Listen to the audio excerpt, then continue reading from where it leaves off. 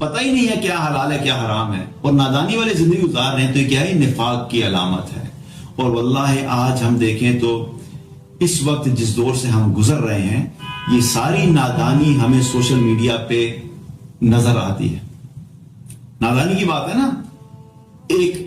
لڑکی جو ہے وہ بالکل کپڑے اتار کے سوشل میڈیا کے اوپر آ کے ٹک ٹاک کے اوپر اکاؤنٹ بنائے ہوئے ہیں، ناچ گانا کر رہی ہے، لڑکے اس کو اپریشیٹ کر رہے ہیں، کوئی لائکس دے رہا ہے، کوئی کمنٹس کر رہا ہے اور وہ خوش ہو رہی ہے۔ اس کو نادانی ہی نہیں تو اور کیا کہیں گے؟ اس کو عقل نہیں ہے کہ وہ کیا کام کر رہی ہے۔ اور میں لڑکی کی اگزامپل اس لیے دیتا ہوں، اس کا مطلب یہ نہیں کہ لڑکا جو ہے وہ نہیں کر رہا۔ ایک چیز یاد رکھیں کہ حیا جو ہے وہ مرد عورت دونوں کے لیے برابر ہے، لیکن جب بے حیائی پھیلانے کی بات آتی ہے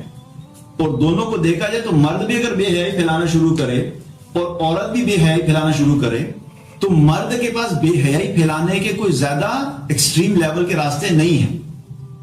عورت تو اگر ذرا سا بھی اپنا دوپٹہ بھی اتار دے گی تو بے حیائی پھیلنا شروع ہو جائے گی، کیونکہ اللہ تعالیٰ نے عورت کو بنایا ہے اسی طرح کا۔ اسی لیے اللہ تعالیٰ نے جو پردے اور حجاب کا حکم دیا وہ عورت کو دیا، مرد کو نہیں دیا۔ حالانکہ مرد کے لیے بھی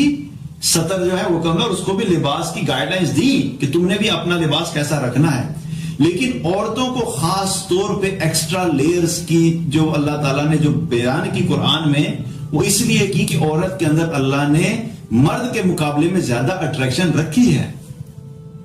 اسی لیے اس کی اٹریکشن کو کور کرنے کے لیے ایکسٹرا لیئرز لگانا ضروری ہے۔ تو جب عورت بے حیا ہوتی ہے تو اس کی وجہ سے جو معاشرے میں بے حیائی پھیلتی ہے اس کو روکنا بڑا مشکل کام ہوتا ہے۔ تو یہ نادانی کی بات ہی ہے کہ چند پیسوں کی خاطر، چند لائکس کی خاطر، چند تعریفوں کی خاطر، سستی اور گھٹیا شہرت کی خاطر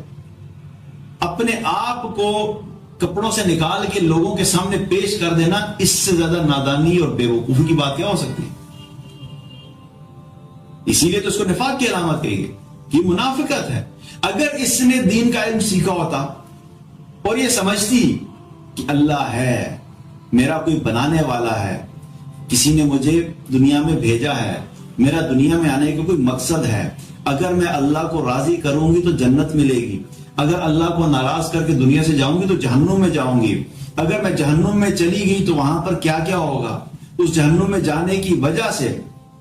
وہاں پہ جو کم سے کم درجے کا عذاب ہے وہ کیا ہے کہ جہنمی کے پاؤں کے نیچے 2 انگارے رکھے جائیں گے اور ان انگاروں کی گرمی اور آگ جو ہوگی اس کے سارے جسم سے گزرتی ہوئی، اس کی ٹانگوں سے گزرتی ہوئی، اس کے جسم سے گزرتی ہوئی،